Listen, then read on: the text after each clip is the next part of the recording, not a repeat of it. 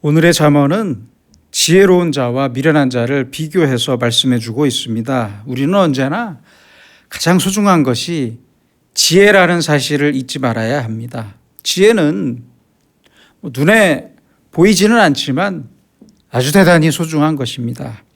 우리는 흔히들 눈에 보이는 것, 가시적인 것, 물질적인 것들을 더 소중하게 생각하기 쉽지만 지혜로운 사람은 눈에 보이지 않는 지혜를 가장 소중하게 생각합니다. 그렇기 때문에 많은 값을 지불해서라도 지혜를 얻고자 합니다.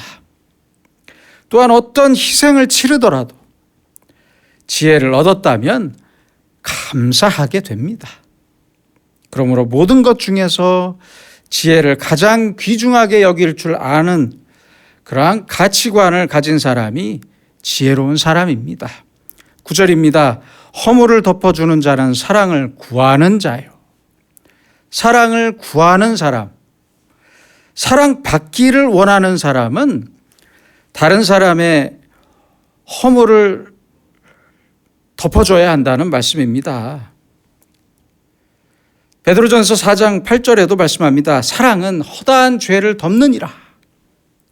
때때로 우리는 이럴 때가 많아요. 너만 알아야 돼. 딴 사람한테 얘기하지 마. 당신만 알아야 돼. 이렇게 말하면서 남의 허물을 말합니다. 그렇잖아요? 깊이 생각해야 합니다. 아니, 이렇게 말하는 게 무슨 유익이 됩니까? 전혀 유익될 것이 없습니다. 우리는 돈이나 물질을 주는 것만을 큰 사랑처럼 생각합니다만 아닙니다. 그것은 사랑 중에서 가장 낮은 사랑입니다.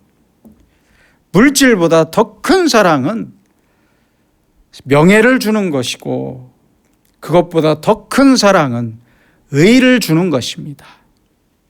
그러니까 남의 허물을 즐겨 말하면서 그 허물을 덮어주지 못하는 동안에는 저 사람의 명예는 추락하고 저 사람의 의도 무너지고 있는 것입니다.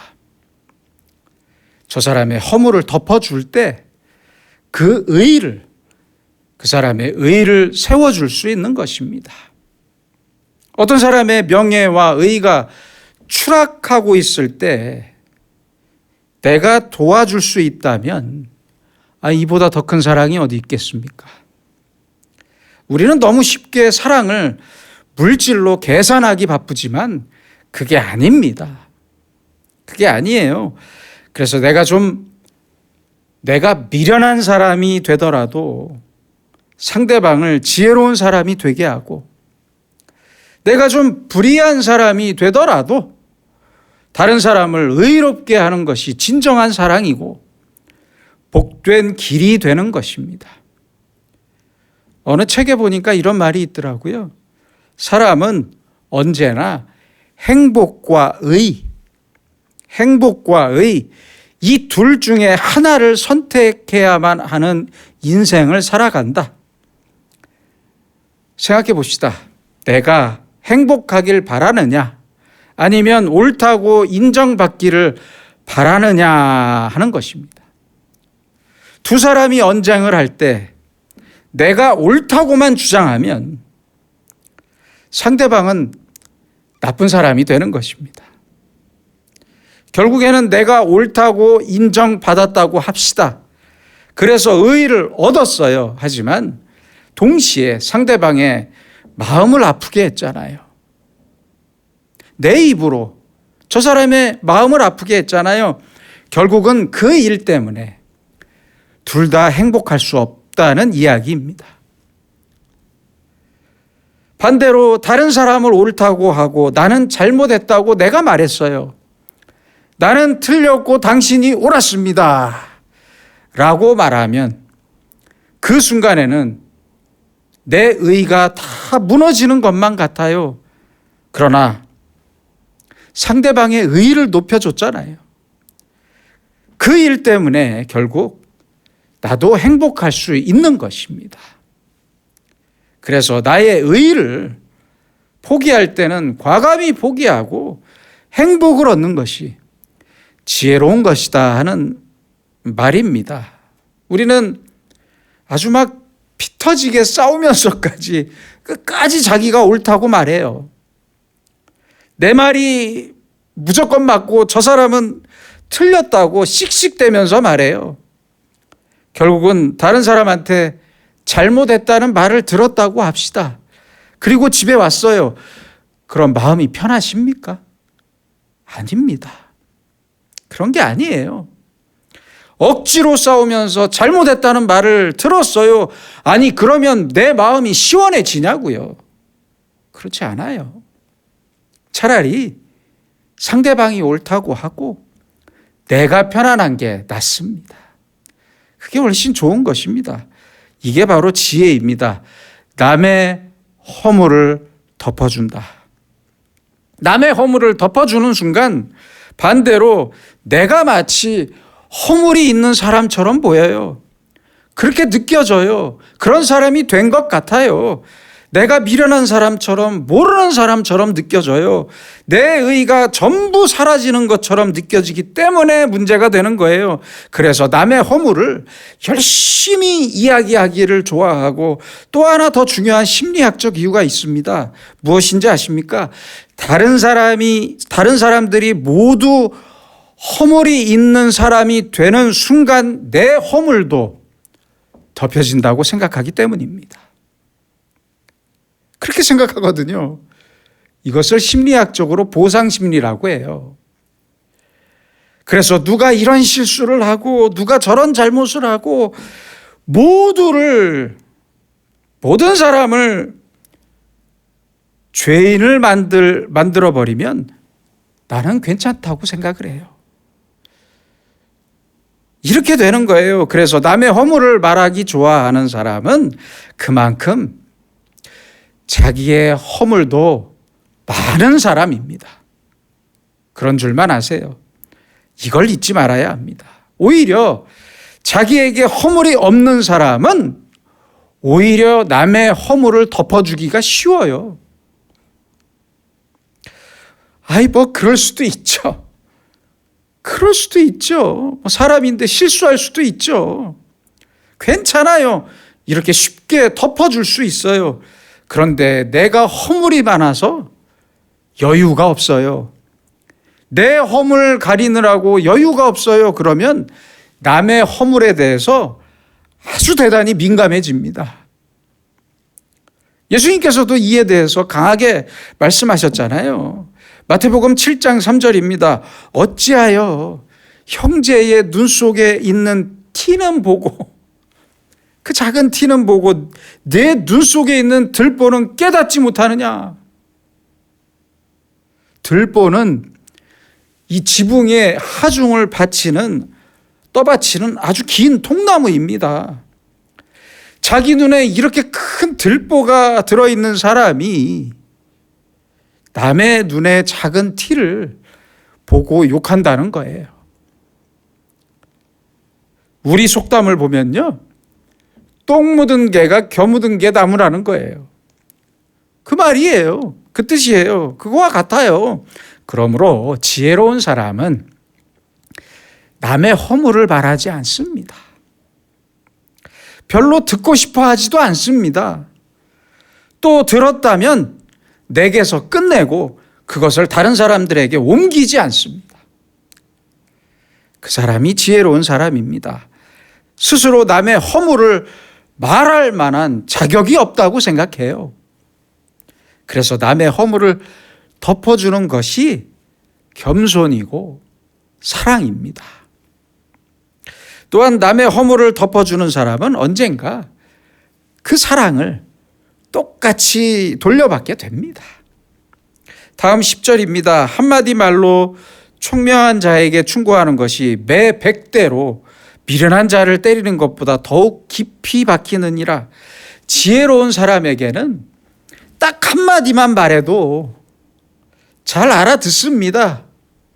알아듣고 그 행동을 고칩니다. 그러나 미련한 사람은요, 매를 100대를 맞아도 소용없어요. 이 얼마나 어리석은 사람입니까? 그래서 사람은 훈계를 들을 때 빨리 깨닫고 결심하고 고치고 실천해야 합니다. 어리석은 사람은 아무리 매를 맞아도 실천하지 않습니다. 달라지는 게 없어요. 이 사람은 정말 어리석은 사람입니다. 12절입니다. 차라리 새끼 빼앗긴 암곰을 만날지언정 미련한 일을 행하는 미련한 자를 만나지 말 것이니라. 아니, 생각해 보세요. 털이 꼿꼿하게 가시와 같은 털이 꼿꼿하게 서 있는 고슴도치도 자기 새끼는 예쁘고 사랑스럽다고 하잖아요. 하물며 새끼를 빼앗긴 암곰, 이 어미곰 얼마나 무섭겠습니까? 여러분, 곰은요 미련하지 않습니다. 아주 머리가 좋습니다. 다른 동물들보다 훨씬 지능이 높습니다. 그리고 또 하나는요, 모성애가 강합니다. 자기의 새끼를 위해서 목숨을 버릴 정도로 모성애가 강합니다. 그런데 이 어미곰이 자식을 빼앗겼어요. 새끼를 빼앗겼어요. 그럼 어떻게 되겠습니까? 제가 미국에서 유학 중에 들은 실화입니다. 사람들이 사냥을 하다가 산불을 만났대요. 근데 그 불을 헤치고 새끼곰이 튀어나오더랍니다. 그래서 그 새끼곰을 잡아서 픽업 차량 뒤에 태우고 묶어서 데리고 가는데 어미곰이 쫓아오더랍니다. 계속해서 쫓아오더랍니다. 아주 지칠 줄 모르고. 그러다가 어느 순간 어미곰이 안 보이길래 적당한 곳에 텐트를 치고 잠깐 쉬는데 글쎄 밤에 어미곰이 와서 그 새끼곰이 묶인 줄을 끊고 데리고 갔다고 합니다. 이렇게 모성애가 커요. 그 사냥꾼들은 새끼곰을 데려가는데 총을 안 쏘고 불쌍해서 그냥 두었다고 합니다. 그러니 이 새끼곰을 빼앗긴 어미곰이 얼마나 무섭습니까? 그런 말이 있잖아요. 여자는 약하지만 어머니는 강하다. 사실은요, 강한 게 아니라 무서운 거예요. 무서워요. 그런데 더 무서운 게 뭔지 아십니까? 미련한 일을 행하는 미련한 사람입니다. 이런 미련한 사람을 만나느니 차라리 새끼 빼앗긴 어미곰을 만나는 게 더 낫다고 솔로몬은 말씀하고 있습니다. 13절입니다.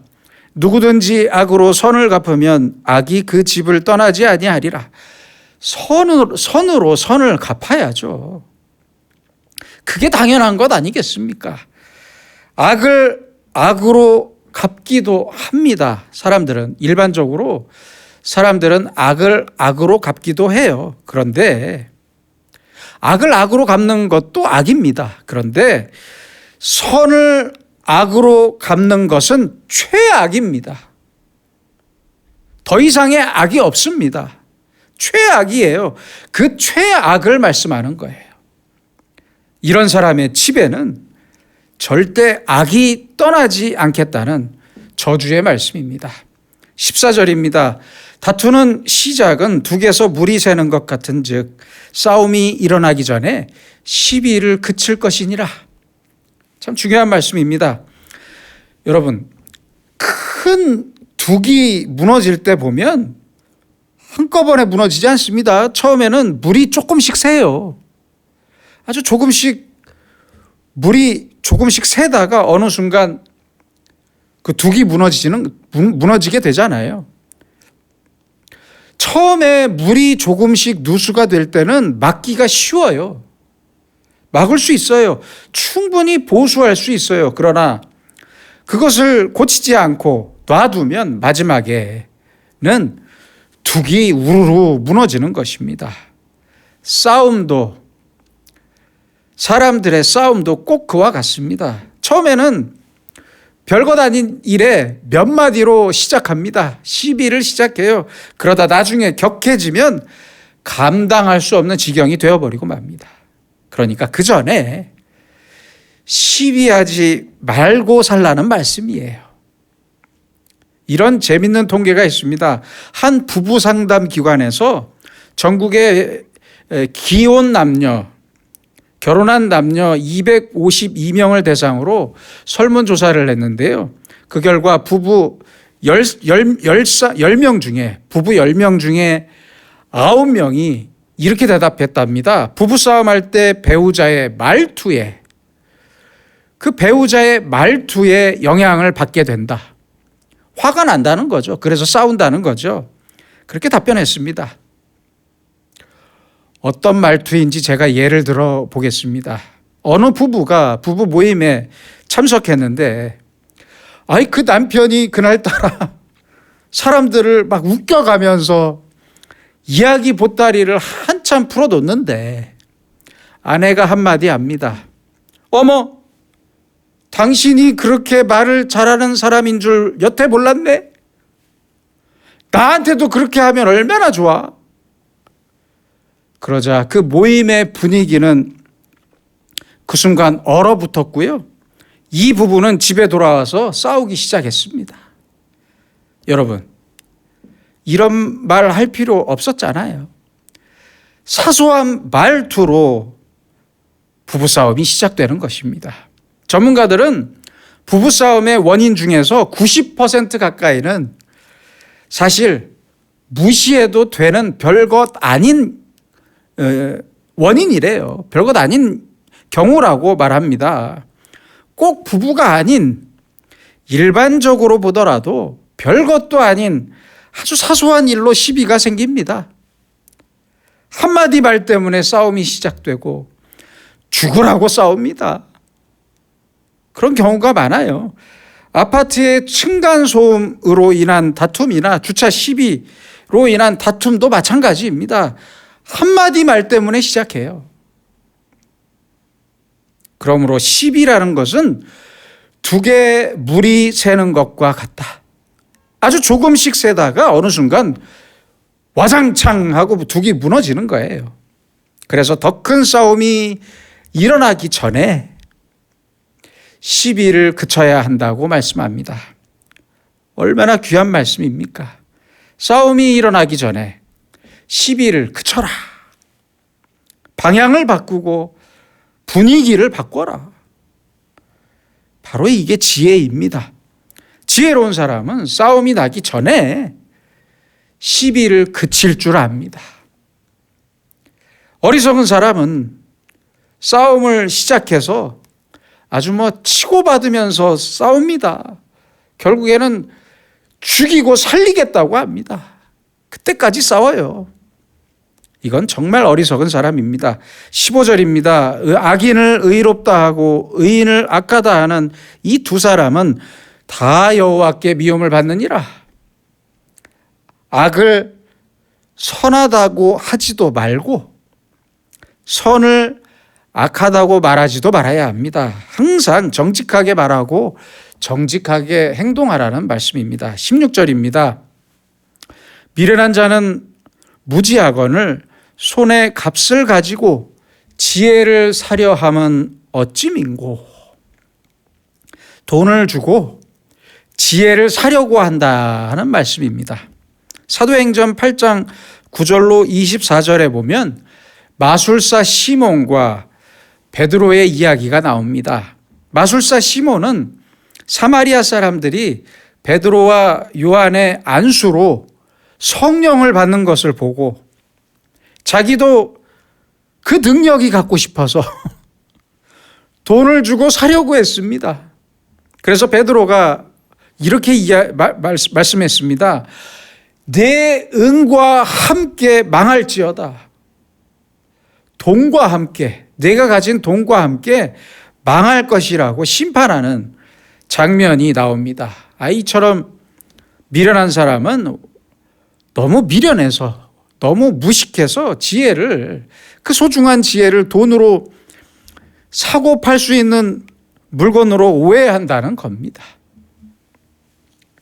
가끔 지혜가 필요하다는 것은 알겠는데 그것을 돈으로 사려고 해요.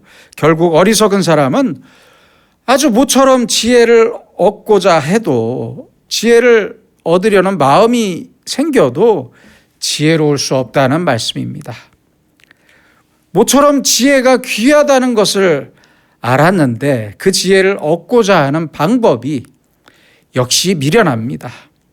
이것이 바로 어리석은 자의 모습이라는 말씀입니다. 마지막 17절입니다. 친구는 사랑이 끊어지지 아니하고 형제는 위급한 때를 위하여 낳느니라. 요한복음 15장 13절에서 예수님께서도 말씀하셨습니다. 사람이 친구를 위하여 자기 목숨을 버리면 이보다 더 큰 사랑이 없다.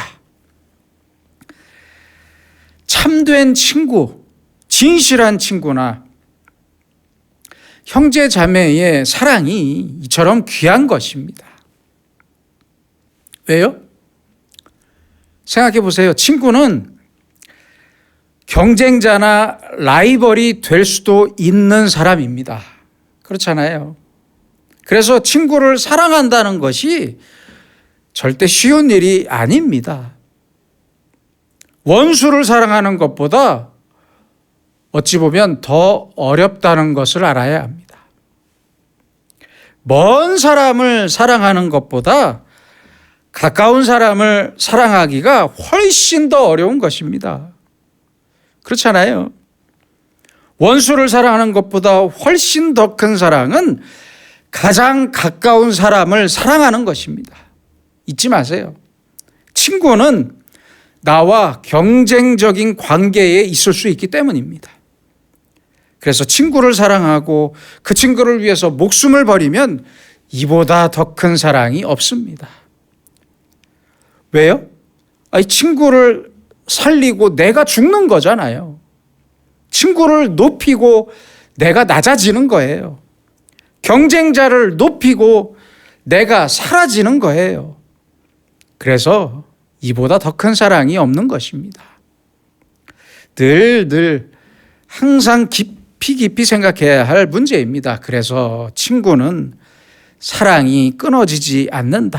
끊어지지 않는 사랑이 진실한 친구의 사랑이고, 또한 이어서 말씀합니다. 형제의 사랑은 위급한 때를 위하여 낳느니라.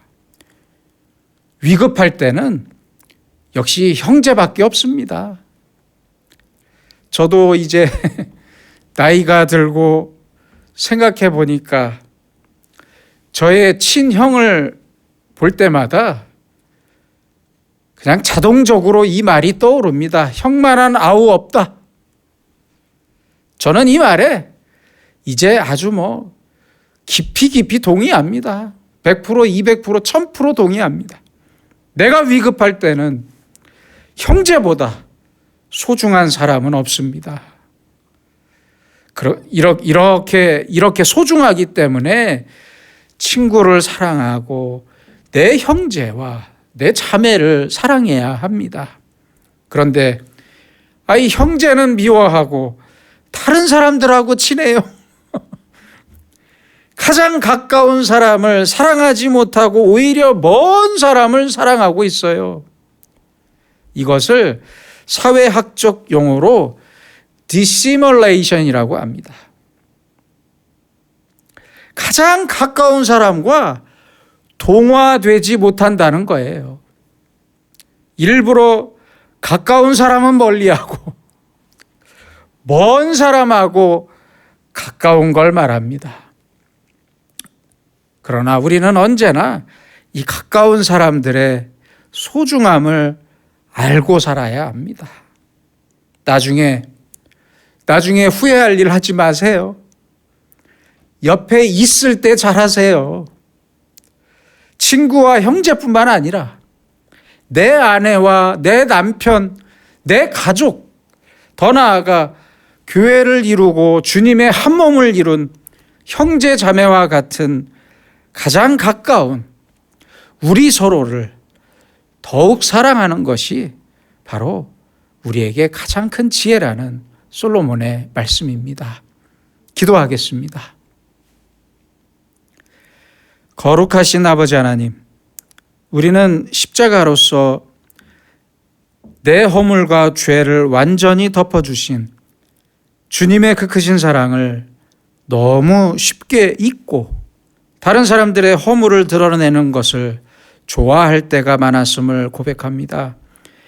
이제는 내가 사랑을 구하는 이상으로 다른 사람들의 허물을 조용히 덮어줄 수 있는 지혜와 사랑의 사람으로 살게 하여 주시옵소서. 동시에 한마디의 충고와 훈계를 겸손히 들을 수 있는 귀와 미련한 자를 구별하여 피할 수 있는 눈을 허락해 주시옵소서. 그래서 사소한 말 한마디로 시비를 벌이고 다투지 않게 하시고 내가 받은 선을 악이 아닌 더 큰 선으로 갚을 수 있는 지혜를 허락해 주시옵소서. 이제부터는 날마다 주님의 지혜를 향한 간절한 마음으로 주님의 말씀을 즐거워하고 주님을 사랑하게 하셔서 주님의 지혜와 사랑을 가슴에 품고 내 가까이에 있는 가족과 형제와 자매와 이웃을 사랑하게 하시고 교회를 사랑하며 살 수 있도록 항상 주님의 사랑으로 촉촉하게 젖어 있는 사람으로 살게 하여 주시옵소서. 예수님의 이름으로 기도드립니다. 아멘.